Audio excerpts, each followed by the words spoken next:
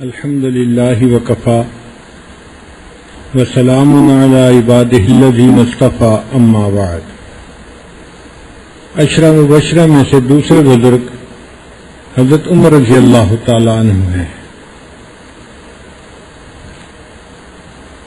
حضرت عمر رضی اللہ تعالیٰ عنہ قریش میں سے تھے اور 8ویں پشت پر ان کا سلسلہ نبی علیہ السلام کے ساتھ جا کر مل جاتا ہے، یعنی نبی علیہ السلام سے ان کی رشتہ داری بھی نکل آتی ہے۔ زمانہ جاہلیت میں عمر لانو قریش کے ایمبیسڈر کہے جاتے تھے۔ جب کسی قبیلے سے بات کرنی ہوتی، کوئی پیغام دینا ہوتا، تو اس کے لیے نمائندے کے طور پہ حضرت عمر لانو کو بھیجا جاتا تھا۔ تو حضرت عمر رضی اللہ تعالیٰ عنہ دوسرے قبائل میں جا کے قریش کی نمائندگی کرتے تھے۔ اس کی دو وجوہات تھیں، ایک تو ان کا قد کاٹ بہت اچھا تھا، پرسنالٹی باروب تھی، خوبصورت تھی، اور دوسری بات پڑھے لکھے تھے، بات کرنے کا ملکہ تھا۔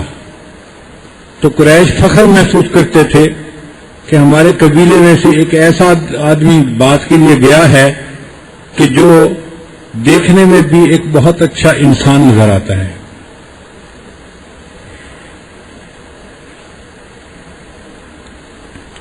جب اسلام لے کر آئے تو حضرت عمر لانو کا شمار علماء صحابہ میں سے ہوا۔ بہت سارے واقعی صحابہ ان کے اقتداء کیا کرتے تھے۔ حدیث مبارکہ میں ہے کہ نبی علیہ السلام ایک مرتبہ ایک انصار کے باغ میں گئے اور ان کے ساتھ ابو موسیٰ اشعری رضی اللہ تعالیٰ عنہ خدمت کے لیے ساتھ تھے۔ تو نبی علیہ السلام کی طبیعت بہت خوش تھی اور آپ گرمی سے ریلیکس ہونا چاہتے تھے، تو آپ صلی اللہ علیہ وسلم کنویں کی منڈیر پر اس طرح بیٹھے کہ آپ نے اپنی ٹانگیں مبارک جو تھی وہ کنویں کے اندر لٹکا لی۔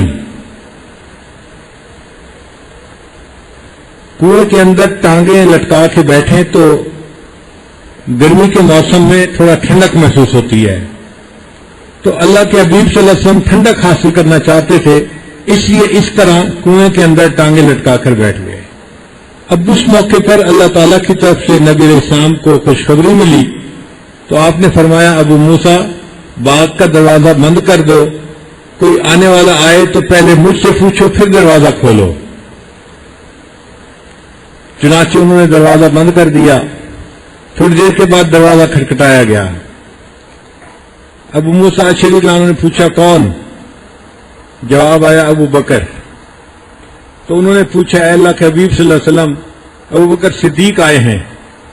نبی علیہ السلام نے فرمایا باغ کا دروازہ بھی کھول دو اور ان کو جنت میں جانے کی بشارت بھی دے دو۔ پھر تھوڑی دیر کے بعد دروازہ کھٹکھٹایا گیا، پوچھا کون؟ عمر۔ نبی علیہ السلام نے دوبارہ پھر یہی فرمایا باغ کا دروازہ بھی کھول دو اور آنے والے کو جنت کی بشارت بھی دے دو۔ تو حضرت عمر رضی اللہ تعالیٰ عنہ عشرہ مبشرہ میں سے ہیں۔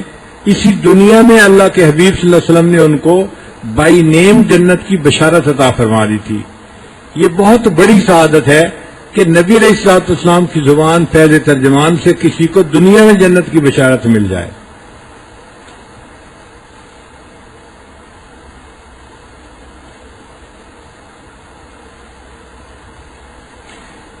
ایک مرتبہ نبی علیہ السلام نے خواب دیکھا کہ جنت کا ایک محل ہے جو سونے کا بنا ہوا ہے، اور وہ ایک دریا کے کنارے پر بنا ہوا ہے، یعنی جیسے دنیا میں انسان بیچ کے اوپر گھر بناتے ہیں نا، بالکل ساحل سمندر کے اوپر، تو اس مکان کی اپنی ایک جو ہے وہ شان ہوتی ہے، تو جی بیچ کے اوپر مکان ہے۔ تو عمر لانو کا مکان دیکھا جو بالکل دریا کے کنارے پر تھا، بلکہ مکان کی کچھ سیڑھیاں پانی کے اندر تک گئی ہوئی تھیں۔ تو نبی علیہ السلام نے دیکھا کہ ایک عورت وہاں بیٹھی وضو کر رہی ہے۔ تو آپ صلی اللہ علیہ وسلم نے فرشتے سے پوچھا کہ یہ محل کس کا ہے؟ انہوں نے کہا کہ یہ عمر رضی اللہ تعالیٰ عنہ کا ہے۔ تو نبی علیہ السلام جاگے اور آپ صلی اللہ علیہ وسلم نے یہ خواب حضرت عمر عنہ کو سنایا کہ عمر میں نے جنت میں تمہارے محل کو بھی دیکھا، میرا دل چاہتا تھا کہ میں محل میں داخل ہو کے اندر کی عمارت کو بھی دیکھوں مگر مجھے تمہاری غیرت یاد آ گئی اور میں محل کے اندر داخل نہیں ہوا۔ تو عمر لانو رونے لگ گئے، اے اللہ کے حبیب صلی اللہ علیہ وسلم، اگر آپ چاہتے تھے تو آپ محل کو ضرور دیکھ لیتے، میرے لیے سعادت ہو جاتی۔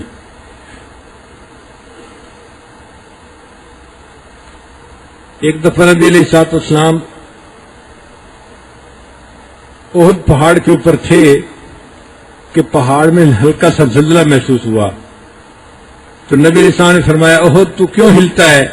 تیرے اوپر ایک نبی ہے، ایک صدیق ہے اور 2 شہید موجود ہیں۔ اور پہاڑ کے اوپر ایک نبی علیہ السلام تھے جو نبی تھے، ایک ابو بکر صدیق لانو تھے جو صدیق تھے، اور ایک حضرت علی لانو اور حضرت عثمان لانو 2 صحابہ تھے، اور یہ دونوں شہید تھے۔ تو گویا ان کو زندگی میں نبی علیہ السلام کی زبان سے شہید ہونے کی بشارت نصیب ہو گئی تھی۔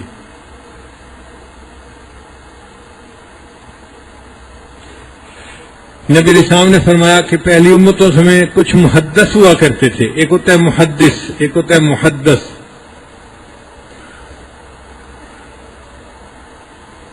محدث کہتے ہیں جس بندے کو الہام ہو اور وہ الہام کے ذریعے سے باتیں کرے۔ تو نبی علیہ السلام نے فرمایا کہ میری امت کا محدث وہ عمر بن الخطاب ہے، اللہ تعالیٰ ان کو الہام فرماتے ہیں اور وہ الہام کی بنیاد پر باتیں کرتے ہیں۔ حضرت عمر لانو کی یہ کتنی شان ہے کہ نبی علیہ السلام نے ان کی تصدیق فرمائی، تعریف فرمائی۔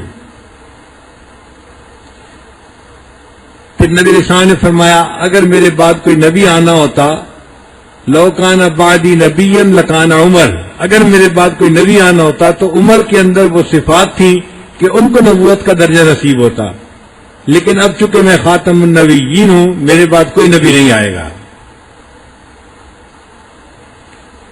یہاں پر طلباء ایک سوال پوچھتے ہیں کہ نبی علیہ السلام نے حضرت ابوبکر صدیق کا نام کیوں نہیں لیا؟ حضرت مولانا یعقوب نانوتوی رحمۃ اللہ سے طلباء نے پوچھا، حضرت نبی علیہ السلام نے جو فرمایا لو کان بعدی نبی لکان عمر، تو ابوبکر کا نام کیوں نہیں لیا؟ تو مولانا یعقوب نانوتوی رحمۃ اللہ نے جواب دیا کہ دیکھو ابوبکر صدیق لانو کو نبی علیہ السلام کے ساتھ میت کبریٰ حاصل تھی، وہ تو نبی علیہ السلام کے ساتھ تھے، جڑے ہوئے تھے، اور یہاں نبی علیہ السلام فرماتے ہیں بعدی، تو بعد میں اگر دیکھیں تو وہ تو عمر ہی بچتے ہیں، اس لیے نبی علیہ السلام نے عمر لانو کا نام لے دیا۔ نبی علیہ السلام نے فرمایا عمر جس راستے پر چلتا ہے شیطان اس راستے کو چھوڑ دیتا ہے۔ الحق ینطلق علی لسان عمر، عمر کی زبان کے اوپر حق بولتا ہے، سچ ہوتا ہے عمر کی زبان کے اوپر۔ ایک مرتبہ کفار نے، قریش مکہ نے نبی علیہ السلام کے ساتھ بہت بدتمیزی کی۔ نبی علیہ السلام اس بات پر بہت غمزدہ تھے۔ نبی علیہ السلام کے چچا تھے حضرت حمزہ رضی اللہ تعالیٰ عنہ، وہ چچا بھی تھے لیکن چونکہ ایج گروپ ایک تھا تو نبی علیہ السلام کے دوست بھی تھے، تو نبی علیہ السلام کے ساتھ ان کا 2 طرح کا تعلق تھا، رشتے میں چچا لگتے تھے مگر آپس میں دوست تھے، ایک دوسرے سے دوستی بہت زیادہ تھی۔ حضرت حمزہ رضی اللہ عنہ شکار کھیلنے کے لیے گئے ہوئے تھے، جب واپس تشریف لائے تو لوگوں نے ان کو بتایا کہ آج ابو جہل نے نبی علیہ الصلوۃ والسلام کو بہت ایذا پہنچائی، بہت ستایا ہے۔ تو حمزہ رضی اللہ عنہ کو بہت اس پر جو ہے غصہ آیا، وہ اپنی تلوار لے کر چلے اور ابو جہل کو تلاش کیا۔ ابو جہل ایک جگہ پر کفار کے مجمع میں بیٹھا ہوا تھا، انہوں نے پوچھا کہ کیا تم نے میرے بھتیجے کو بہت تکلیف پہنچائی ہے، اور تلوار الٹی کر کے اس کے سر کے اوپر ماری۔ ایک ہوتا ہے نا تلوار کا تیز ایج، وہ تو کاٹ کے رکھ دیتا ہے، ایک اس کی دوسری سائیڈ ہوتی ہے، وہ انسان کو قتل تو نہیں کرتی لیکن اس کو زخمی کر دیتی ہے۔ تو حضرت حمزہ رضی اللہ عنہ نے سارے مجمع کے سامنے تلوار الٹی کر کے ابو جہل کے سر کے اوپر ماری، جس سے اس کا خون نکل آیا، مگر ابو جہل کہنے لگا کہ حمزہ سے بدلہ مت لینا، اگر ایسا کرو گے تو بنو ہاشم سے تمہیں لڑنا پڑے گا اور یہ لڑائی مہنگی پڑ جائے گی۔ تو انہوں نے اس کو اگنور کر دیا۔ حضرت حمزہ رضی اللہ عنہ اس کے بعد نبی علیہ السلام کے پاس آئے کہ میں جا کر اپنے بھتیجے کو خوشخبری سنا دوں۔ نبی علیہ السلام دار ارقم میں تھے تو حضرت حمزہ رضی اللہ عنہ بھی آ گئے، خوش ہو کر سامنے بیٹھے اب اپنی طرف سے تو حمزہ لانو ایک بڑا کام کر کے آئے تھے کہ انہوں نے آپ کو ستایا اور میں اس کا بدلہ لے لیا. انہوں نے پورا واقعہ سنایا کہ مجھے پتا چلا کہ آپ کے ساتھ بدتمیزی ہوئی ہے تو میں نے آپ کا بدلہ اس سے لے لیا. وہ زخمی ہو گیا, اس کا خون نکل آیا. یہ سن کر نبی علیہ الصلوۃ والسلام خاموش رہے. تو حمزہ لانو نے محسوس کیا کہ نبی علیہ السلام کو میری بات سن کے خوشی نہیں ہوئی. تو انہوں نے پوچھا, اے اللہ کے حبیب صلی اللہ علیہ وسلم, کیا آپ کو میری بات سن کے خوشی نہیں ہوئی؟ تو نبی علیہ السلام نے فرمایا, نہیں, مجھے کوئی خوشی نہیں ہوئی. خوشی تو مجھے تب ہوگی جب تو کلمہ پڑھ کے مسلمان ہو جائے گا. تو حضرت حمزہ لانو نے اسی وقت کلمہ پڑھا اور وہ مسلمان ہو گئے. تو یہ 39ویں مسلمان تھے. اب حمزہ لانو کا اسلام قبول کرنا ایک بڑی بات تھی. معاشرے میں ان کا وقار تھا, ان کی عزت تھی, ان کا احترام تھا, اور کفار کی نظر میں ایک ایسے اہم آدمی کا مسلمان ہو جانا مسلمانوں کی بڑی تقویت تھی. اب یہ واقعہ سارا پورے مکہ مکرمہ کے اندر گردش کر رہا تھا کہ جی حمزہ نے یہ کیا اور ابو جہل کو مارا اور یہ ہوا اور وہ ہوا. یہ بات جب عمر لانو کو پہنچی تو وہ بڑے حیران ہوئے کہ یہ روز روز کا کیا قصہ ہے. چلو میں اٹھتا ہوں اور میں جا کے مسلمانوں کے پیغمبر ہی کو قتل کر دیتا ہوں. نہ رہے بانس نہ بجے بنسری, نہ وہ بتوں کے خلاف باتیں کر سکیں گے اور نہ کوئی جھگڑا ہوگا آپس میں. چنانچہ وہ اپنی تلوار, اپنی کمان اور اپنا نیزہ تینوں چیزیں لے کر نکلے کہ پتہ نہیں لڑائی کا انداز کیا ہوگا, میں تینوں چیزیں لے لیتا ہوں. اور غصے میں تھے اور وہ چاہتے تھے کہ کہیں نبی علیہ الصلوۃ والسلام کو دیکھیں اور آپ صلی اللہ علیہ وسلم کو شہید کر دیں. اللہ کی شان دیکھیں کہ ایک اور جو ہے صحابی تھے, ان سے ملاقات ہوئی, سلام دعا ہوئی. ان کو پوچھا, عمر غصے میں نظر آتے ہیں؟ ہاں میں غصے میں ہوں. کیا ہوا؟ بس میں چاہتا ہوں کہ میں جاؤں اور مسلمانوں کے پیغمبر علیہ الصلوۃ والسلام کا کام تمام کر دوں. جب یہ کہا تو اس نے آگے سے کہا, تم ان کی بات کرتے ہو, جاؤ اپنے گھر کی خبر لو, تمہاری بہن اور تمہارا بہنوئی وہ مسلمان ہو چکے ہیں. حضرت عمر لانو تو اس بات کا تصور بھی نہیں کر سکتے تھے کہ ان کے گھر کے لوگ اسلام قبول کریں. چنانچہ انہوں نے رخ بدلا اور اپنی بہن کے گھر پہنچ گئے. ان کے بہنوئی تھے حضرت سعید رضی اللہ تعالیٰ عنہ. انہوں نے دروازہ کھولا. عمر لانو اندر داخل ہوئے, غصے میں تھے. اپنے بہنوئی کو کہنے لگے کہ میں نے سنا ہے کہ آپ لوگ مسلمان ہو گئے ہیں. ان کا اگر اسلام سچ ہو تو پھر مسلمان ہونے میں کیا حرج ہے. بس یہ سنتے ہی انہوں نے اس کو مارنا شروع کر دیا اپنی کمان سے. حضرت عمر لانو کی بہن بھی قریب تھی, وہ آگے بڑھی اور اپنے خامن کو بچانے لگی. تو حضرت عمر لانو نے اپنی بہن کے زور کا تھپڑ لگایا تو وہ نیچے جا گری. جب اٹھی تو ان کی آنکھوں میں آنسو بھی تھے, تکلیف بھی ہو رہی تھی, رو رہی تھی. تو انہوں نے کہا کہ تم میرے خامد کو کیوں مار رہے ہو؟ عمر لانو نے کہا کہ تمہاری جرأت کیسے ہوئی کہ تم لوگ مسلمان ہو جاؤ بغیر میرے کہے.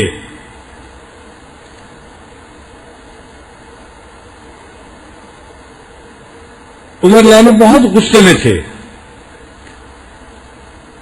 تو عمر لانو کے غصے کو دیکھ کر پھر بہن نے آگے سے جواب دیا کہ عمر, جس ماں کا دودھ تو نے پیا ہے اسی ماں کا دودھ میں نے پیا ہے. تم میرے جسم سے جان تو نکال سکتے ہو, میرے دل سے ایمان کو نہیں نکال سکتے. ان کا نام تھا فاطمہ, وہ بھی عمر لانو کی بہن تھی, وہی خون تھا. انہوں نے ایسا جواب دیا کہ جس جواب کو سن کر عمر لانو کے کیفیت ہی بدل گئی.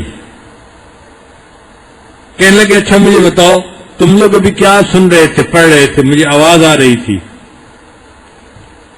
تو ایک صحابی تھے خباب رضی اللہ تعالیٰ عنہ, وہ ان کے گھر میں ان کو قرآن پاک پڑھا رہے تھے, اور عمر لانو جب آئے تو وہ چھپ گئے تھے. تو جب عمر لانو نے کہا کہ بتاؤ, لاؤ دکھاؤ تم کیا پڑھ رہے تھے, تو بہن نے کہا, عمر تو مشرک ہے, ناپاک ہے, تو اس کتاب کو ہاتھ نہیں لگا سکتا, یہ اللہ کا کلام ہے, پاک بندہ ہاتھ لگا سکتا ہے, تم غسل کرنے کے بعد ہاتھ لگا سکتے ہو. تو عمر لانو نے غسل کیا اور پھر اس کے بعد ان کے سامنے وہ قرآن پاک کی آیات لائی گئیں. عمر لانا نے ان کو پڑھنا شروع کیا. وہ سورہ طٰہٰ کی ابتدائی آیات تھیں. طٰہٰ ما انزلنا علیک القرآن لتشقیٰ الا تذکرۃ لمن یخشیٰ.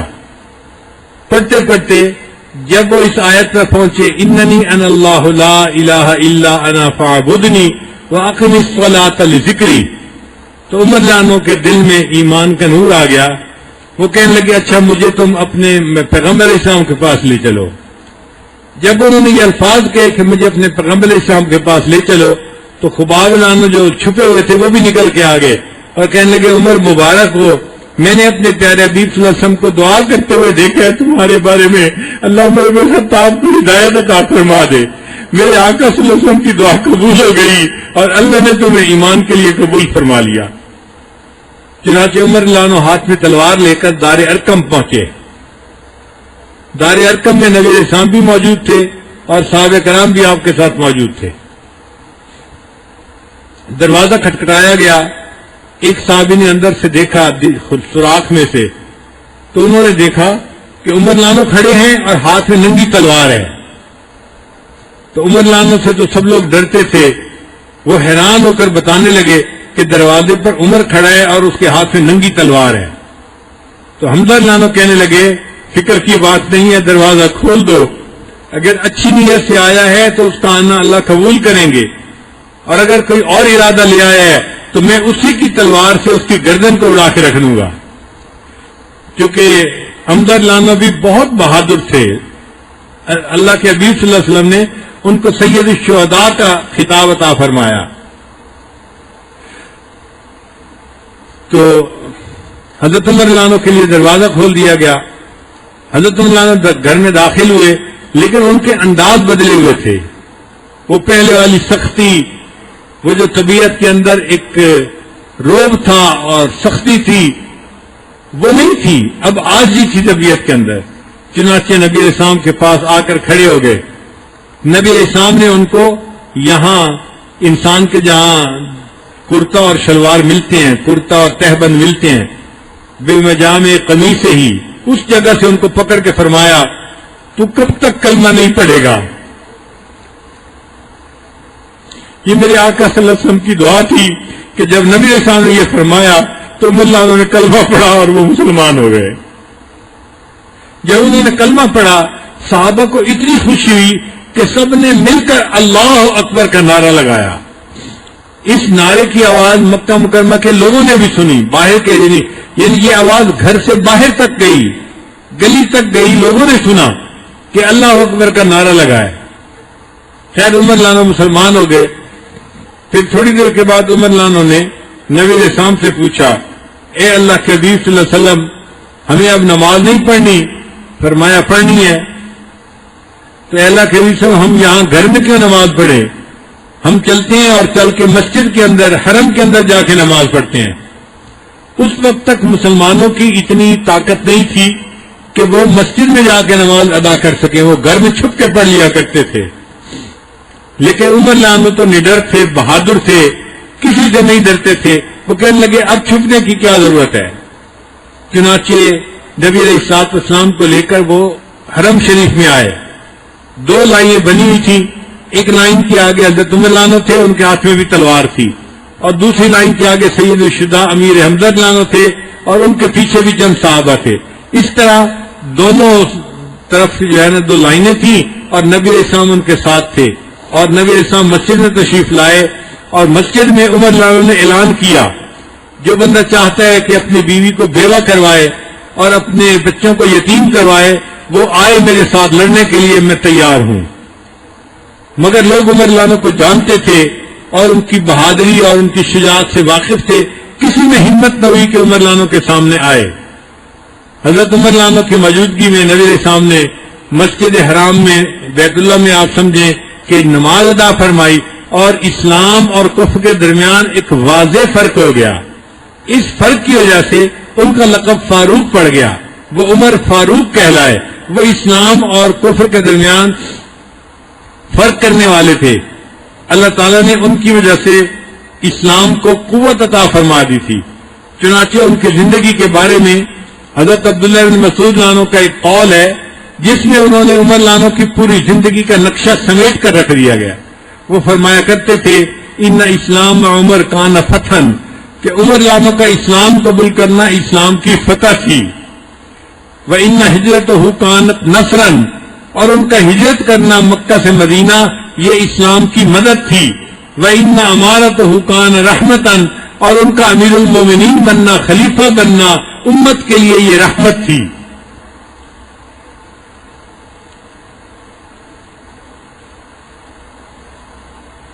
نبی علیہ السلام نے ایک مرتبہ خواب دیکھا کہ ایک کنواں ہے اور اس کنویں سے میں ڈول پانی کے کھینچ رہا ہوں اور آگے زمین کو سیراب کر رہا ہوں. فرماتے ہیں کہ میں جب ڈول کھینچ کھینچ کے تھک گیا تو ابو بکر نے مجھ سے ڈول لے لیا. پھر اس نے بھی چند ڈول کھینچے مگر وہ بھی بہت تھکا ہوا تھا اور اس کو کھینچنے میں مشقت پیش آ رہی تھی.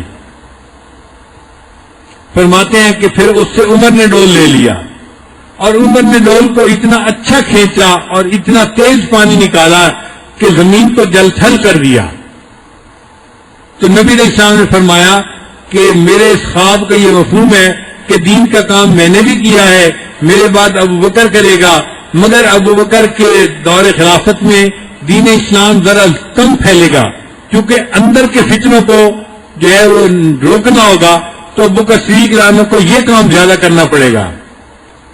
جیسے ابو بکر صدیق جب خلیفہ بنے تو کچھ مسلمان مرتد ہو گئے تھے، بعض مانعین زکوٰۃ تھے جنہوں نے زکوٰۃ دینے سے انکار کر دیا تھا، اور کچھ نئے جو ہے وہ جھوٹے نبی بھی پیدا ہو گئے تھے جنہوں نے نبوت کا دعویٰ کر دیا تھا، مسیلمہ کذاب جیسے، تو ان کے ساتھ لڑنا پڑ گیا. تو ابو بکر صدیق عنہ کو اپنی جماعت کو مضبوط کرنے کے لیے اندر مصروف رہنا پڑا. لیکن جب حضرت عمر عنہ خلیفہ بنے اللہ تعالیٰ نے ان کو مضبوط جو ہے وہ قوت عطا فرمائی تھی، انہوں نے اسلام کو پھیلانے پہ زور دیا اور ان کی وجہ سے اللہ نے کیسر اور کسرا کے تاج تخت جو تھے وہ عمر لانو کے قدموں میں لا کر ڈال دیے. حتیٰ کہ انہوں نے بیت المقدس کو بھی فتح کیا.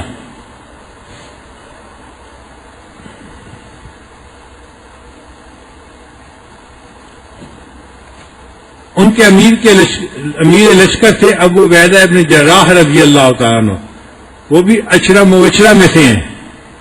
نبی علیہ السلام نے ان کو امین ہذہ الامہ فرمایا کہ میری ہر امت کا کوئی امین ہوتا ہے، میری امت کا امین ابو عبیدہ ابن جراح ہے. ان کو عمر لانو نے اپنی فوج کا امیر بنایا تھا.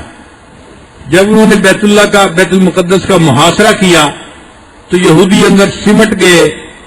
کچھ دنوں کے بعد یہودیوں نے پیغام بھیجا آپ ہمارے ساتھ لڑائی مت کریں، ہماری کتابوں میں نشانیاں موجود ہیں کہ کون بیت المقدس کا فاتح بنے گا، تم اپنے خلیفہ کو بلاؤ، ہم ان نشانیوں کو دیکھیں گے، اگر نشانیاں ہوئی تو ہم خود اپنی چابی بیت المقدس کی ان کے حوالے کر دیں گے، اور اگر نشانیاں ان کے اندر نہ ہوئی تو ہم تمہارے ساتھ مقابلہ کریں گے، تم ہم سے کبھی بھی یہ چابیاں نہیں لے سکتے. تو ابو عبیدہ ابن جراح نے حضرت عمر لانو کو خط لکھا، اے امیر المومنین آپ اگر تشریف لائیں تو زیادہ بہتر ہے کہ لڑائی کی بجائے صلح سے مسئلہ حل ہو جائے گا. حضرت عمر لانو جانا چاہتے تھے، حضرت علی لانو سے مشورہ کیا. حضرت علی لانو نے کہا کہ گرمی بہت ہے اور آپ سفر کریں گے اور معاملہ تو اللہ کے اختیار میں ہے، آپ دیکھ لیں، جانا چاہیں تو جائیں اور رکنا چاہیں تو رک جائیں، ہمیں آپ کی یہاں زیادہ ضرورت ہے.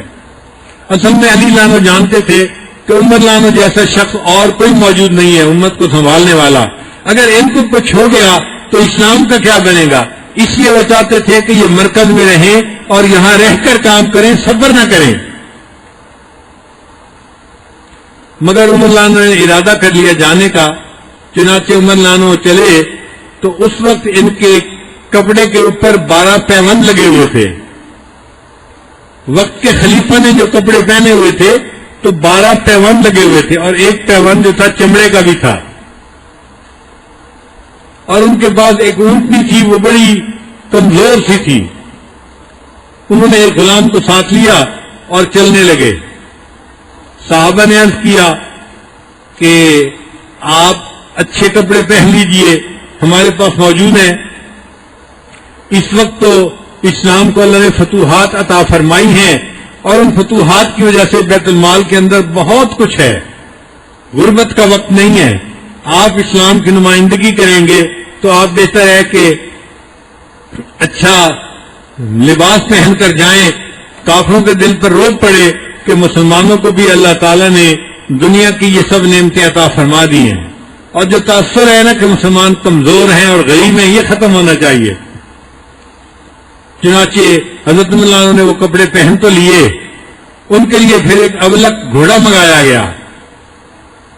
جب حضرت عمر رضی اللہ عنہ اس ابلک گھوڑے پر بیٹھے تو تھوڑی دیر کے بعد پھر نیچے اتر گئے. غلام نے پوچھا امیر المومنین نیچے کیوں اترے؟ فرمایا کہ میرے دل کی کیفیت بدل گئی اور میرے دل نے مجھے کہا کہ نہیں, مجھے اپنی اونٹنی پہ سفر کرنا چاہیے اور وہی کپڑے پہننے چاہیے جو میرے ذاتی ہیں. چنانچہ حضرت عمر رضی اللہ عنہ نے اپنے کپڑے بدل لیے اور انہی کپڑوں کے ساتھ جو آپ کے تھے اونٹنی کے اوپر سفر کیا اور اپنے غلام کے ساتھ طے کیا کہ 1 میل میں اونٹنی پر سوار ہوں گا, آپ پیدل چلیں گے, اور دوسری مرتبہ آپ سوار ہونا اور میں پیدل چلوں گا. اس نے کہا کہ میں تو غلام ہوں, آپ اونٹنی پر بیٹھے, میں چلتا رہوں گا پیدل. فرمایا اگرچہ تم غلام ہو لیکن انسان تو ہو, جیسے میں تھکوں گا مجھے مشقت پہنچے گی, ایسے تمہیں بھی مشقت پہنچے گی اور تم بھی تھکو گے. لہذا یہ مناسب نہیں کہ میں اونٹ پر سفر کروں اور تم چلتے رہو, ایک ایک منزل کا حساب کر لیتے ہیں. غلام اس کے اوپر تیار ہو گیا. اللہ تعالیٰ کی شان دیکھیں, سفر کٹتا رہا. عین جب آخری 1 میل تھا جہاں پہ یہودیوں کے راہب اور بڑے بڑے جو تھے وہ ربائی وہ موجود تھے, تو وہ 1 میل کا سفر غلام کے اونٹنی پر بیٹھنے کا تھا اور حضرت عمر رضی اللہ عنہ کے پیدل چلنے کا تھا. تو عمر رضی اللہ عنہ نے اونٹنی کی رسی کو پکڑ لیا اور اونٹنی پہ جو مہار تھی وہ بھی چمڑے کی نہیں تھی بلکہ عام جیسے چھال ہوتی ہے نا کھجور کی, اس کی بنی ہوئی رسی تھی جو بہت معمولی سمجھی جاتی ہے. تو عمر رضی اللہ عنہ نے وہ مہار پکڑ لی اور پیدل چلنا شروع کر دیا اور اونٹنی کے اوپر غلام بیٹھا ہوا تھا. اس حال میں جب وہاں پہنچے تو یہودیوں کے جو علماء تھے انہوں نے اپنی کتاب تورات کو نکالا اور عمر رضی اللہ عنہ کی نشانیاں اس میں دیکھی, تو اس میں ہوں یہی نشانیاں رکھی ہوئی تھی کہ عمر رضی اللہ عنہ کے کپڑے کے اوپر پیون لگے ہوئے ہوں گے اور ان کا غلام اونٹنی پہ سوار ہوگا اور وہ خود اونٹنی کی مہار پکڑ کے پیدل چل کے آ رہے ہوں گے. جب انہوں نے تمام نشانیاں عمر رضی اللہ عنہ کے اندر دیکھ لی تو بغیر لڑائی کے انہوں نے چابیاں حوالے کر دی اور حضرت عمر رضی اللہ عنہ بیت المقدس کے فاتح بن گئے.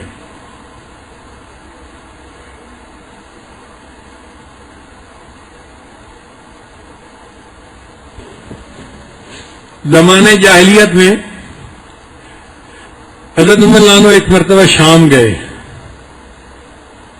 اب وہاں کوئی ایسا سلسلہ بنا کہ آپ قافلے سے جدا ہو گئے.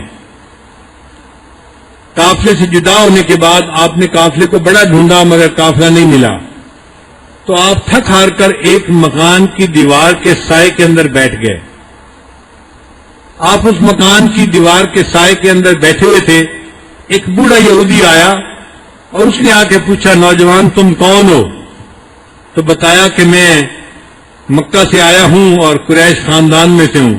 اس نے پوچھا نام کیا ہے؟ فرمایا میرا نام عمر ہے. والد کا نام کیا ہے؟ اس نے کہا خطاب ہے. اس نے پھر ان کے چہرے کو دیکھا, غور سے دیکھا تو عمر رضی اللہ عنہ نے فرمایا تم مجھے اتنا غور سے کیوں دیکھ رہے ہو؟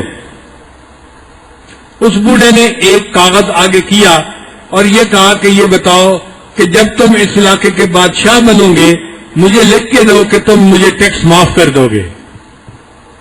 حضرت عمر رضی اللہ عنہ حیران ہوئے. وہ کہنے لگے دیکھو بھائی میں مکہ کا بادشاہ نہیں ہوں اور میری ایسی حیثیت بھی نہیں کہ میں عرب کا بادشاہ بنوں, اور یہ شام تو دوسرا ملک ہے, یہاں کا بادشاہ میں کیسے بن سکوں گا؟ اس نے کہا جی بن سکیں گے یا نہیں بن سکیں گے اس بات کو آپ چھوڑ دیں, میں تو یہ پوچھ رہا ہوں اگر آپ بنیں گے تو مجھے ٹیکس کی چھوٹ پر دستخط کر کے دے دیں.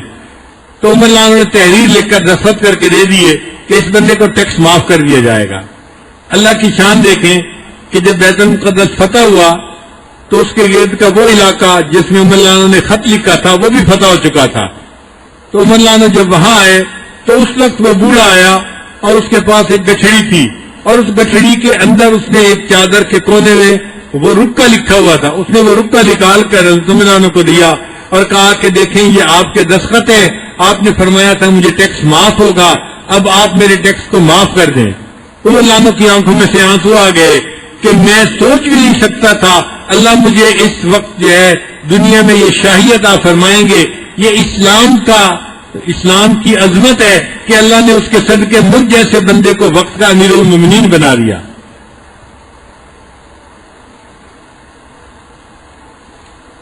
ایک مرتبہ عمر لانا مدینہ سے مکہ مکرمہ آئے تو مکہ مکرمہ کی ایک پہاڑی پر چڑھ رہے تھے. دوپہر کا وقت تھا اور آپ کے ساتھ بہت ساری فوج تھی. ایک جگہ آپ جا کر کھڑے ہو گئے اور آپ کے کھڑے ہونے کی وجہ سے فوج بھی کھڑی ہو گئی. اب گرمی کی شدت ہے اور سب دھوپ میں کھڑے ہیں, اور کیوں کھڑے ہیں یہ سمجھ نہیں آ رہی. تو جو قریب لوگ تھے انہوں نے کہا امیر المومنین آپ کے کھڑے ہونے کی وجہ سے پورا لشکر دھوپ کے اوپر کھڑا ہے اور لوگوں کو پسینے کی وجہ سے دقت ہو رہی ہے, تنگی ہو رہی ہے, آپ چلیں تاکہ لشکر چل پڑے. آپ بتائیں آپ کیوں یہاں کھڑے ہیں؟ عمر لانا نے بتایا کہ میں اس لیے کھڑا ہوں کہ میں اس وادی کو دیکھ رہا ہوں. میں زمانے جاہلیت میں جب نوجوان تھا تو اونٹ چرانے کے لیے اس وادی میں آیا کرتا, اور مجھے اونٹ چرانے کا طریقہ نہیں آتا تھا. میرے اونٹ خالی پیٹ گھر واپس جاتے تو میرا والد خطاب مجھے کوستا تھا, مجھے مارتا تھا, مجھ سے ناراض ہوتا تھا اور کہتا تھا عمر تو کیا زندگی گزارے گا, تجھے اونٹ بھی چرانے نہیں آتے. میں اپنے اس وقت کو یاد کر رہا ہوں جب عمر کو اونٹ چرانے نہیں آتے تھے, اور آج اس وقت کو یاد کر رہا ہوں جب اسلام اور قرآن کی برکت سے اللہ نے عمر کو امیر المومنین بنا دیا ہے.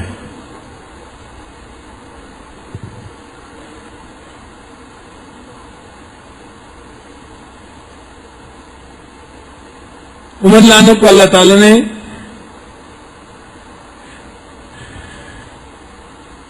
ایسی قبولیت عطا فرمائی تھی کہ آپ کا حکم ہوا, پانی, زمین ہر چیز کے اوپر چلتا تھا.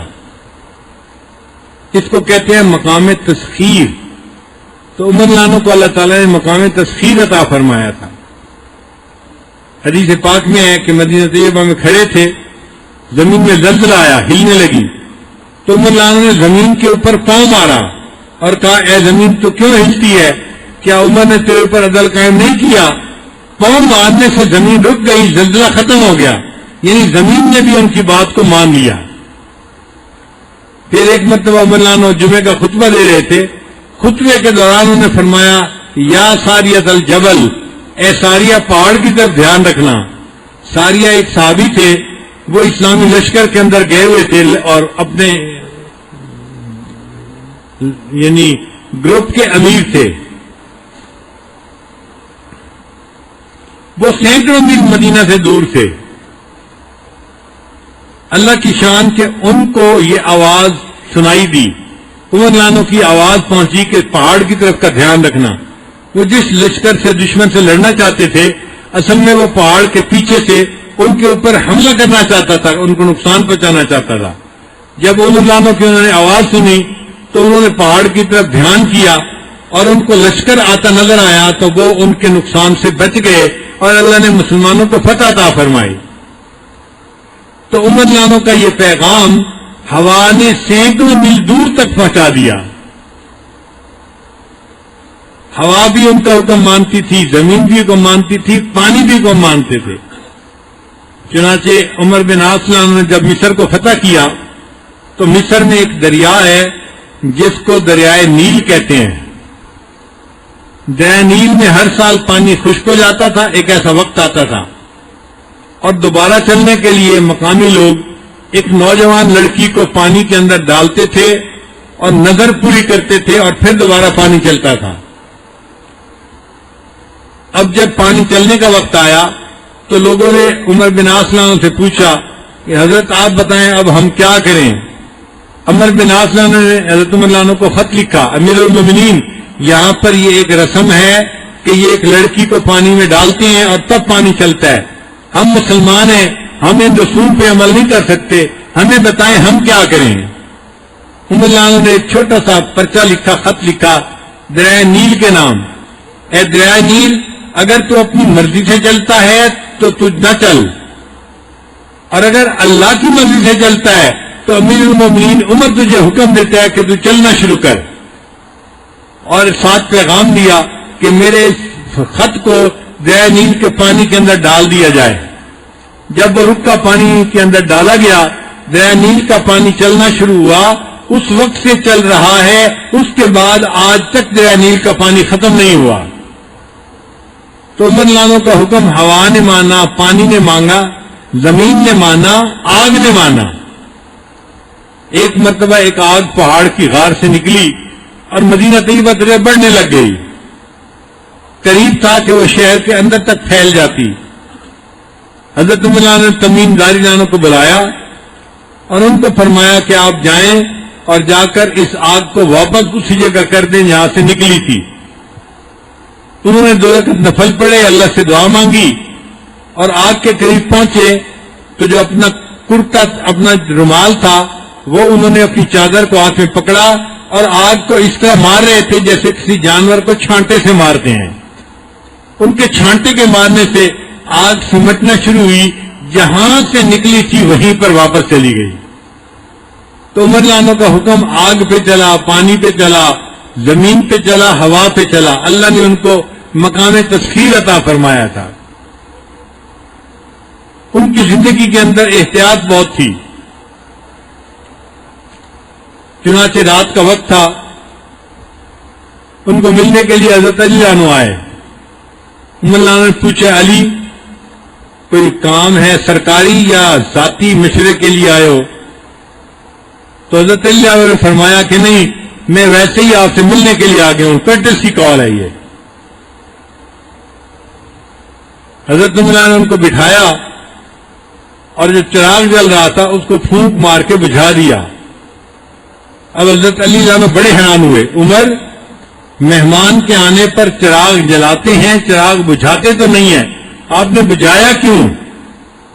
عمر عنہ نے جواب دیا، بھائی علی آپ نے بالکل ٹھیک کہا ہے، مہمان کے آنے پہ چراغ جلاتے ہیں، مگر مسئلہ یہ ہے آپ ذاتی ملاقات کے لیے آئے ہیں، ہمیں زیب نہیں دیتا، ہم ذاتی ملاقات کرتے رہیں اور بیت المال کے پیسے کا تیل جلتا رہے، اس لیے میں نے چراغ بجھا دیا۔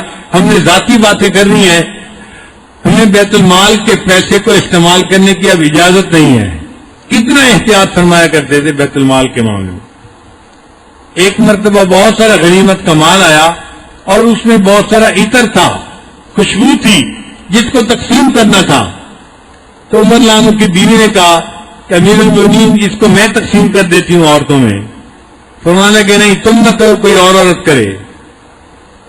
تو بیوی نے پوچھا کہ آخر کیا وجہ ہے؟ یہ کام میں بھی تو کر سکتی ہوں، میں بالکل برابر برابر تقسیم کروں گی سب عورتوں میں۔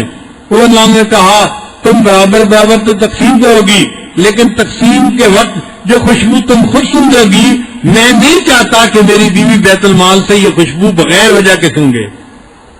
اتنی احتیاط تھی بیت المال کے معاملے میں۔ اس کی وجہ سے اللہ رب العزت نے ان کی ذات میں ایسی برکتیں عطا فرمائی تھیں، ان کے ہاتھ پہ اسلام پھیلتا چلا گیا اور وہ اسلام کے پھیلانے والے بن گئے۔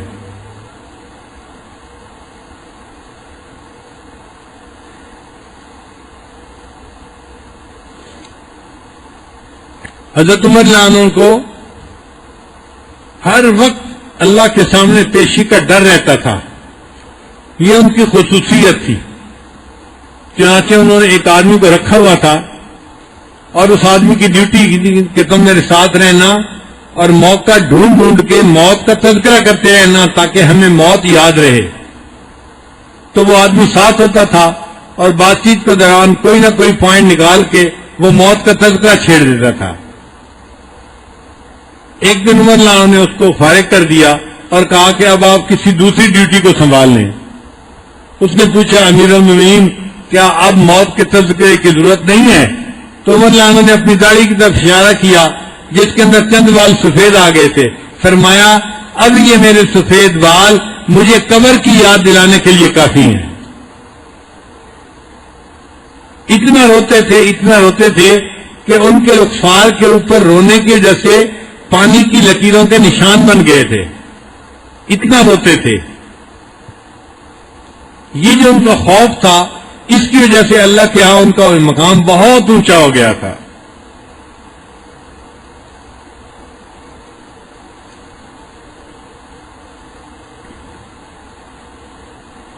ایک مرتبہ انہوں نے حذیفہ رضی اللہ عنہ کو بلوایا اور فرمایا حذیفہ مجھے پتہ ہے کہ نبی علیہ السلام نے آپ کو منافقین کے نام بتائے اور یہ بھی پتہ ہے کہ نبی علیہ السلام نے منع کر دیا تھا کہ منافقین کے نام کسی اور کو نہ بتانا. حذیفہ میں آپ سے منافقین کے نام نہیں پوچھتا, صرف اتنا بتا دے کہ کہیں عمر کا نام تو ان میں شامل نہیں ہے. آپ اندازہ لگائیے اتنا تقویٰ تھا, اتنی نیکی تھی, اتنی طبیعت کے اندر جو ہے وہ اللہ کے ہاں قبولیت تھی, اور پھر ڈر اتنا تھا کہ منافق ہونے کا شبہ ہوتا تھا. حذیفہ مجھے اتنا بتا دو کہ میرا نام تو شامل نہیں ہے. تو حذیفہ نے بتا دیا کہ نہیں, آپ کا نام اس میں شامل نہیں ہو سکتا.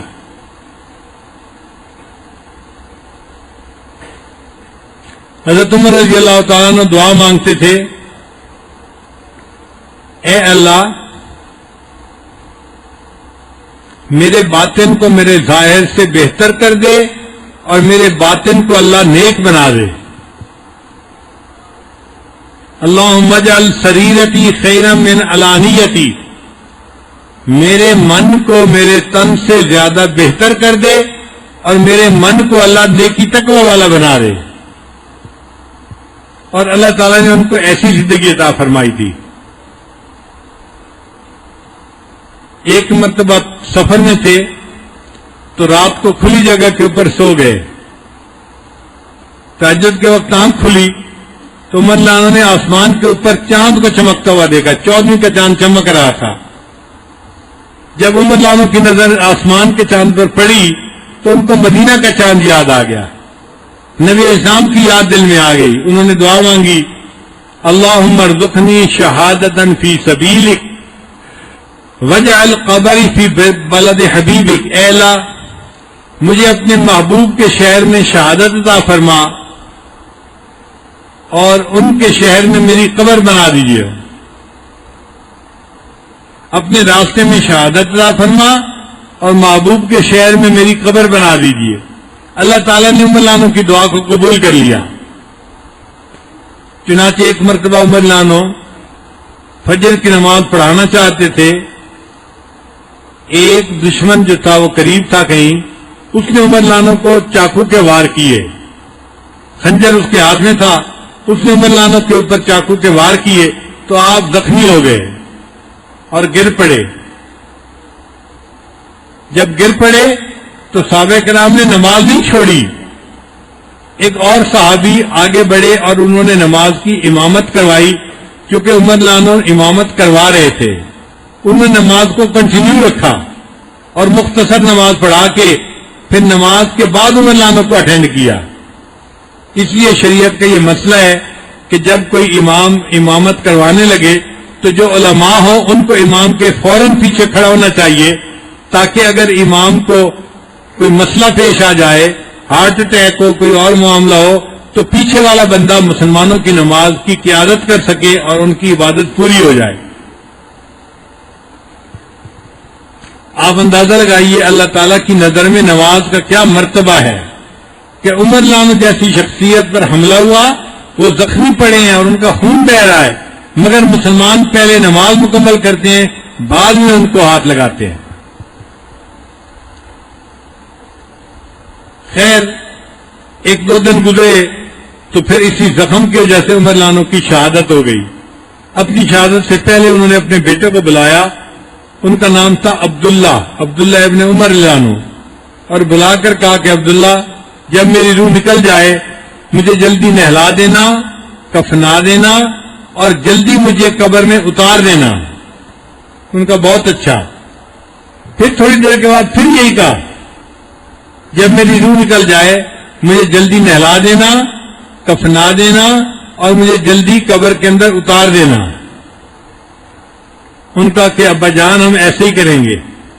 جب تیسری مرتبہ کہا تو عبداللہ ابن عمر نے سوال کیا، ابا جان ہم جلدی کریں گے کفن دفن میں، مگر آپ بار بار کیوں ایسا کہہ رہے ہیں؟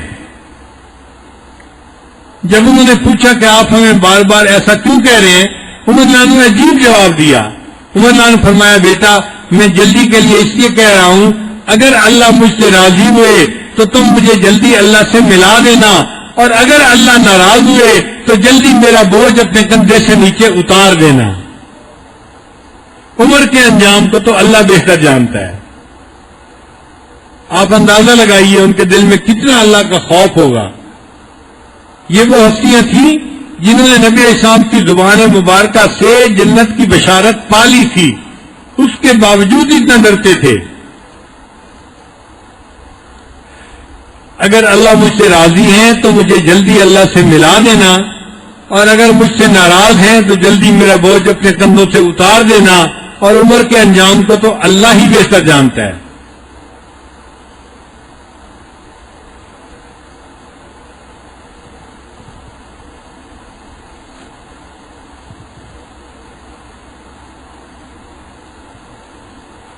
چنانچہ عمر نانو کے بارے میں چند اشعار ہیں۔